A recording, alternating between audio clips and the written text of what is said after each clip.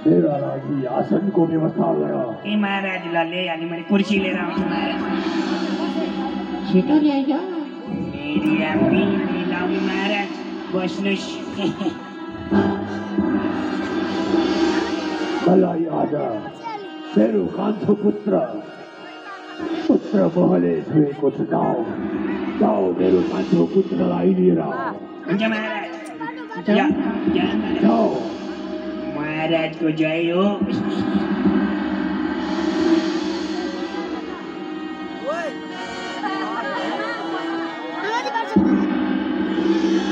बसाउन किन उभिएको?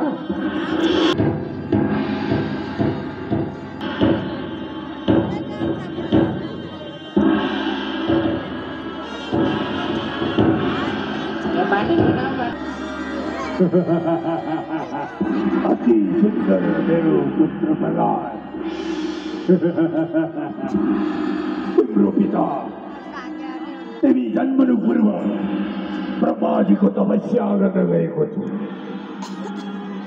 महारानी कयाधुले यति सुन्दर पुत्र प्राप्त गरेछे।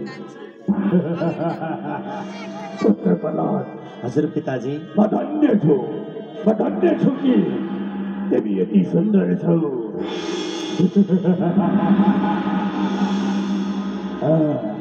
तिमीले अब तिम्रो पिताले जस्तै दिग्विजय राज्य सञ्चालन गर्नुपर्छ। हजुरको जो आज्ञा पिताजी, हजुरको जस्तो आज्ञा हुन्छ म त्यही बमोजिम गर्नेछु।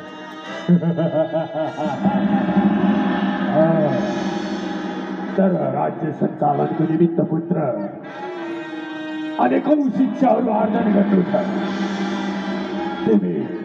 तिमी गुरुकुल जाने समय पनि भएको छ। तिमीले गुरुकुल गएर दैत्य विद्या हासिल गर। शस्त्र अस्त्र धनुर कसरी प्रहार गर्ने, कसरी आफ्नो कब्जामा लिने ती अनेकौं दुष्ट शत्रुहरू भएका राज्यहरू यी सबै ज्ञान प्राप्त गरेर तिमीले पहिले जस्तै विष्णु नभएको जगत बनाएको छु। त्यसै गरी तिमीले पनि दिग्विजय राज्य सञ्चालन गर्नुपर्छ पुत्र। हुन्छ पिताजी, हजुरको जस्तो आज्ञा। सैनिक हो। जाऊ तेरो पुत्र प्रहलाद अब गुरुकुल जाने समय भएको छ। हुन्छ महाराज। गुरुकुल गएर उनलाई यहाँसम्म लिएर आऊ कि तेरो पुत्र प्रहलाद गुरुकुल जाँदा गुरुको साथैमा जाओ। हुन्छ महाराज। जाओ। ए बाबुले जाऊ।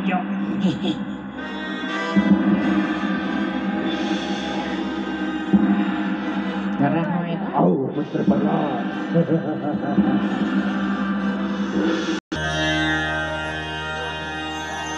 महाराज की जय हो। प्रणाम गुरुवर। तथास्तु राजन। मलाई अचानक सम्झिनुभयो, के कारणले सम्झिनुभयो राजन? हे गुरुवर, मेरो पुत्र प्रहलाद अब ठुलो भइसकेको छ। मेरो पुत्र प्रहलादले पनि पहिले जस्तै दिग्विजय राज्य सञ्चालन गरोस् भन्ने म चाहन्छु। त्यसैले गुरुवर मेरो पुत्र प्रहलादलाई दैत्य विद्या दिनुहोस्। अनेकौं दैत्य विद्याभित्र पर्ने अनेकौं सम्पूर्ण विद्या मेरो पुत्रलाई दिनुहोस् कि मेरो पुत्र पनि दैत्य विद्या हासिल गरेर। भनेपछि मैले लगाएर हजुरको छोरालाई पुत्रलाई पढाउनु पर्यो होइन त राजन? अवश्य गुरुवर। हजुरको आज्ञा बमोजिम म हजुरको पुत्रलाई पढाउने छु। हजुर निश्चिन्त हुनुहोस्। ल हिँड बाबु जाऊ। अवश्य गुरुवर। मेरो पुत्र प्रहलादले अनेकौं दैत्य विद्या हासिल गरेर दैत्य कुल सञ्चालन गर्नेछ। महाराज की जय हो। महाराज हात दबाइदिनु। महाराजको टाउको दुख्यो होला। महाराजको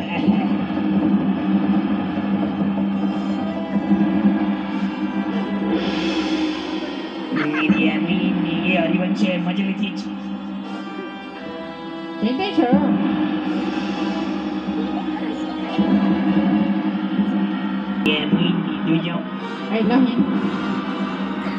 महाराजले सम्झिनु भएको छ। पिताजी महाराज की जय हो। पिताजी प्रणाम। यशस्वी रमपुत्र पढ़ाओ गुरुवर। प्रणाम राजन। मेरो पुत्र प्रहलाद, आओ पुत्र, तिमीले गुरुकुलमा कस्ता कस्ता विद्या हासिल गर्यौ मलाई जान्ने इच्छा छ। बताऊ पुत्र, पिताजी। कस्ता कस्ता विद्या हासिल गर्यौ? पिताजी मैले गुरुकुलमा गएर एउटा बहुत राम्रो कुरा सिकेर आएँ नि, सुनाऊ हजुरलाई। अवश्य पुत्र। तत्साधु मन्ये सुरवल्य देहिनां सदा समुद्विग्न धियामसद्ग्रहात् हित्वात्मपातं गृहमन्धकूपं वनं गतो यधरिमाश्रयेत। पिताजी यो सारा संसार अँधेरो कुवा जस्तो हो। व्यक्ति आफ्नो कल्याण चाहने व्यक्तिले जङ्गलमा जानुपर्छ र भगवान नारायणको भजन गर्नुपर्छ एकान्तमा बसेर।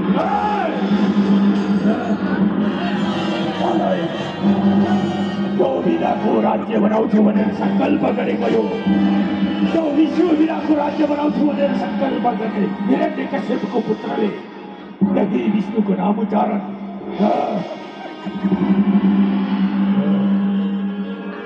गुरुवर कस्तो शिक्षा दिनुभयो मेरो पुत्रलाई। राजन, मैले तपाईँको आज्ञा बमोजिम नै हजुरको छोरालाई शिक्षा दिएको थिएँ। सम्पूर्ण पाठहरू मैले पढाए बमोजिम नै पढाउँथ्यो, पढ्थ्यो, सुनाउँथ्यो। तर खै के थाहा हजुरलाई अर्कै कुरा पो सुनाएछ। गुरुकुल गएर दैत्य विद्या हासिल गर्छ भनेको मेरो पुत्रले मेरो शत्रुको नाम उच्चारण गर्नु। गुरु विद्यायक यसले कसरी यो विद्या हासिल गर्यो? राजन, भर्खर बालक स्वभाव त हो, कहीँबाट सिक्यो होला। म लगेर फेरि पढाउँछु, चिन्ता नगर्नुहोस् हजुर, यति धेरै रिसाउनु पर्ने जरुरत छैन। गुरुवर, एक पटकलाई क्षमा गरिदिए, पुनः यसले मेरो शत्रुको नाम उच्चारण गर्यो भने यसको त वध गर्छु तपाईँको पनि खानदानलाई मेरो राज्यबाट देश निकाला गरिदिने। लैजानु शेखर। हजुर निश्चिन्त रहनुहोस् राजन। ल हिँड बाबु। खोलाई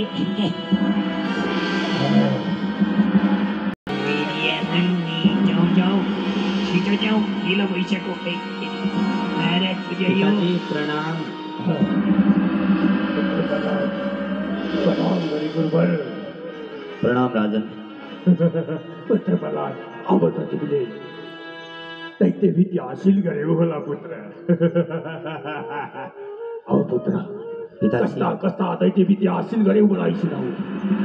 जब हिरण्यकशिपुले सोध्यो राम्रो कुरा सुनाऊ भनेर सोधिसकेपछि प्रहलादजीले आफ्नो गुरुजीतर्फ हेर्दै मुस्कुराउँदै भन्नुहुन्छ, देख्नुभयो गुरुजी, पिताजीले सधैँ राम्रो कुरा सोध्नुहुन्छ तर सधैँ नराम्रो कुरा सुन्न चाहनुहुन्छ, तर म त राम्रै कुरा सुनाउँछु भनेर प्रहलादजीले भन्नुभयो। पिताजी, मैले यसपालि 9वटाबाट सुन्दर सुन्दर कुराहरू सिकेर आएँ नि गुरुकुलबाट।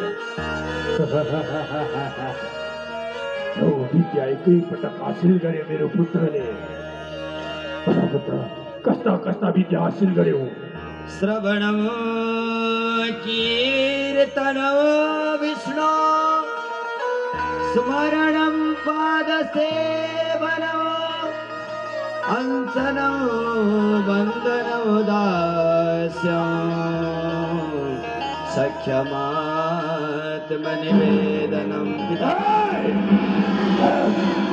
विष्णु विष्णु विष्णु तपाईँ विष्णुको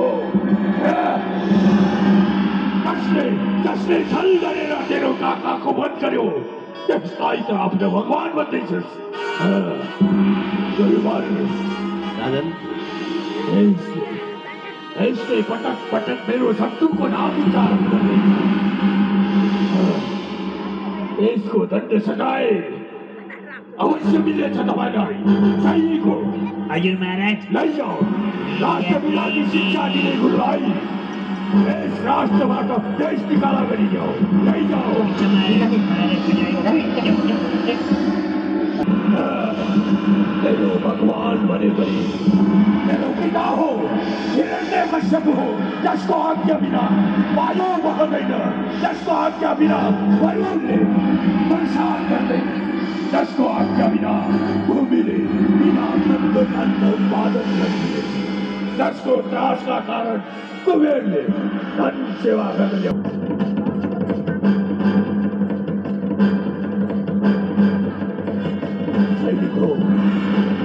हजुर महाराज यो मेरो शत्रुलाई लैजाऊ अग्रवीरबाट खसालेर वध गरिजाऊ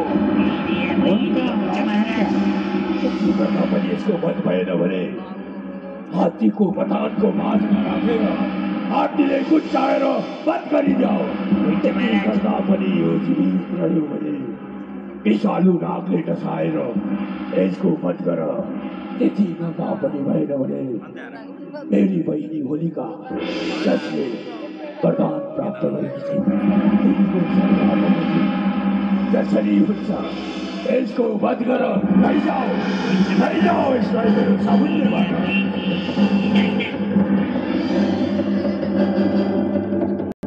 कसरी आयो यो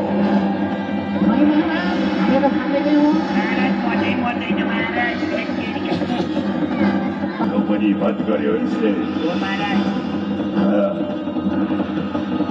वंश विस्तार गर्छ भनेको त यसले वंश विनाश गर्दैछ यसलाई धेरै यहाँ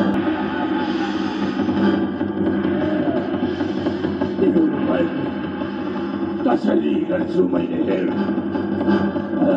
पिताजी तपाईँ मेरो वध गर्ने कुरा गर्दै हुनुहुन्छ मेरा भगवानले मलाई रक्षा गर्नुहुन्छ तपाईँले मेरो वध गर्न सक्नुहुन्न भगवान भगवान भगवान कहाँ छ तेरो भगवान भगवानलाई पूर्व वध गरेर त्यस पश्चात तेरो वध गर्नेछु कहाँ छ हजुरले गलत प्रश्न सोध्नुभयो तेरो भगवान कहाँ छैन भनेर पो सोध्नु पर्ने कहाँ छ भन्दै हुनुहुन्छ मेरो भगवान हर कण कणमा हुनुहुन्छ हर जगमा हर संसारमा हुनुहुन्छ मेरो भगवान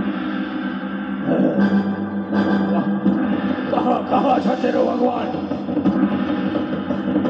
भगवान प्रत्येक ठाउँमा प्रत्येक चर अचरमा प्रत्येक स्थानमा भगवान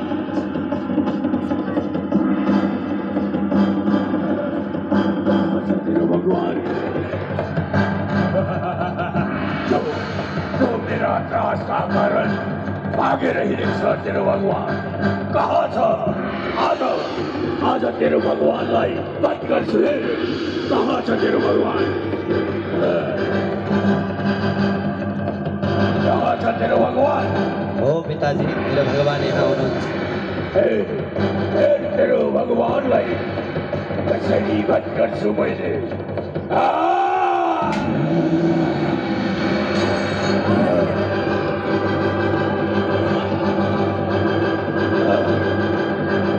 सैनिक हो कस्तो चिल्लायो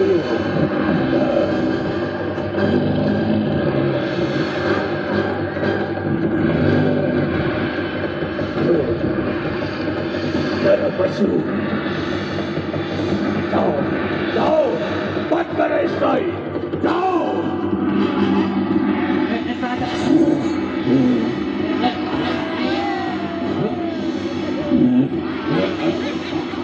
सैनिक हो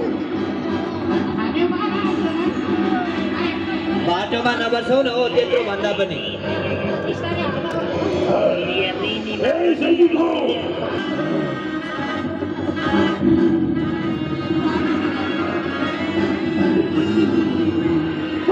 पटक देशको प्राण रक्षा गर्ने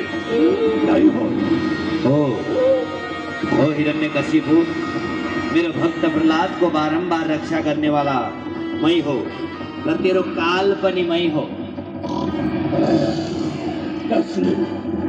जसले छल गरेर मेरो भाइको वध गर्यो त्यसले मेरो वध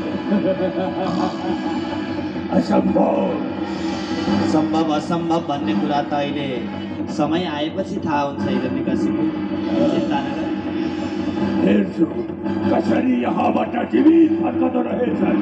आओ, तयारी हो युद्धको निमित्त। तयार छु, आइज। आक्रमण!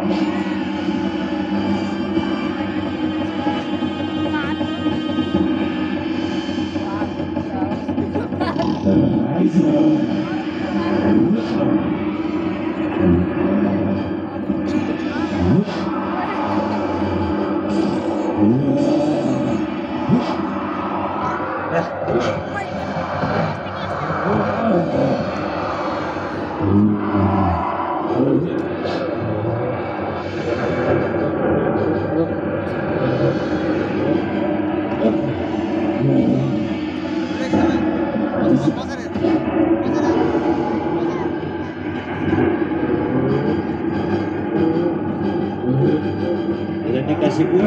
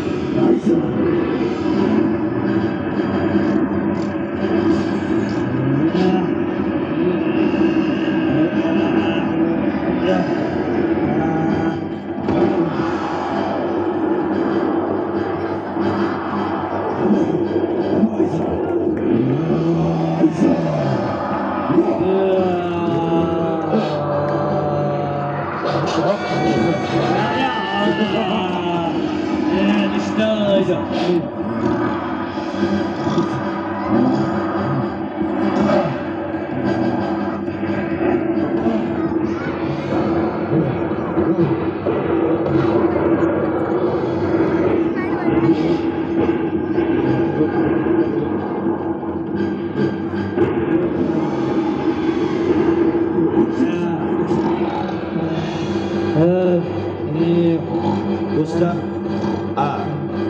अब मर्नको लागि तयार भएर बस।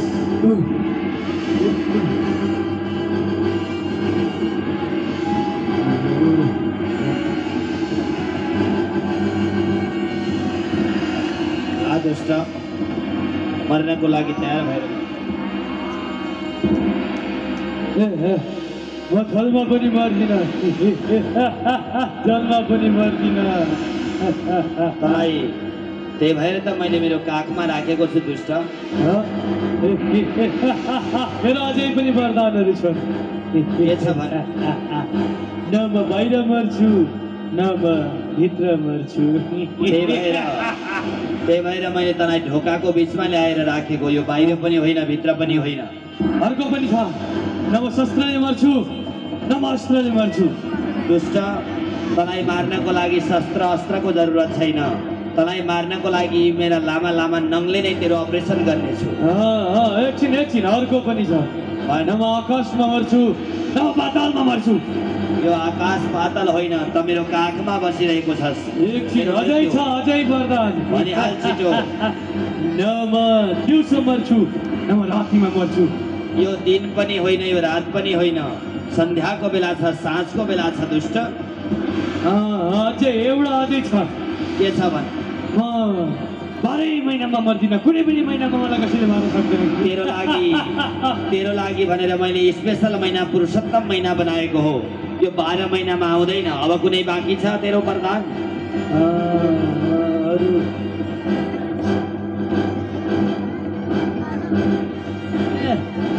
अझै छ।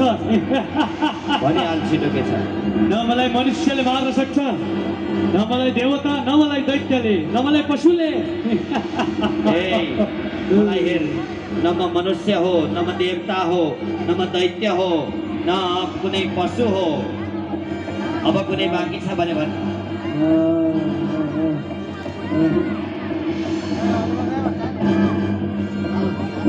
एउटा छ ब्रह्माले गर्नुभएको सृष्टिको कुनै पनि जन्तुले मलाई मार्न सक्दैन। हे दुष्ट,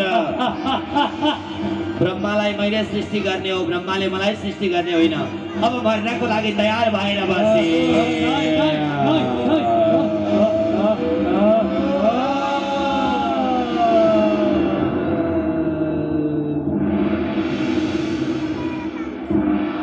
बोल भक्तवत्सल भगवानको।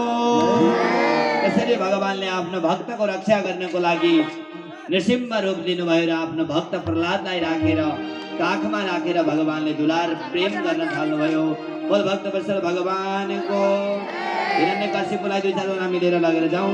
भगवानको शासनमा आउनु, सबैजना नाचौँ, छोटो भजनमा र आरतीको लागि तयार भएर आरती गरेर मैले मसललाई विश्राम गर्ने। सकेत भगवान पूजा गरौला, सकेत भगवान पूजा गरौला, नसके भगवान शरण परौला, नसके भगवान शरण परौला, सकेत भगवान पूजा गरौला,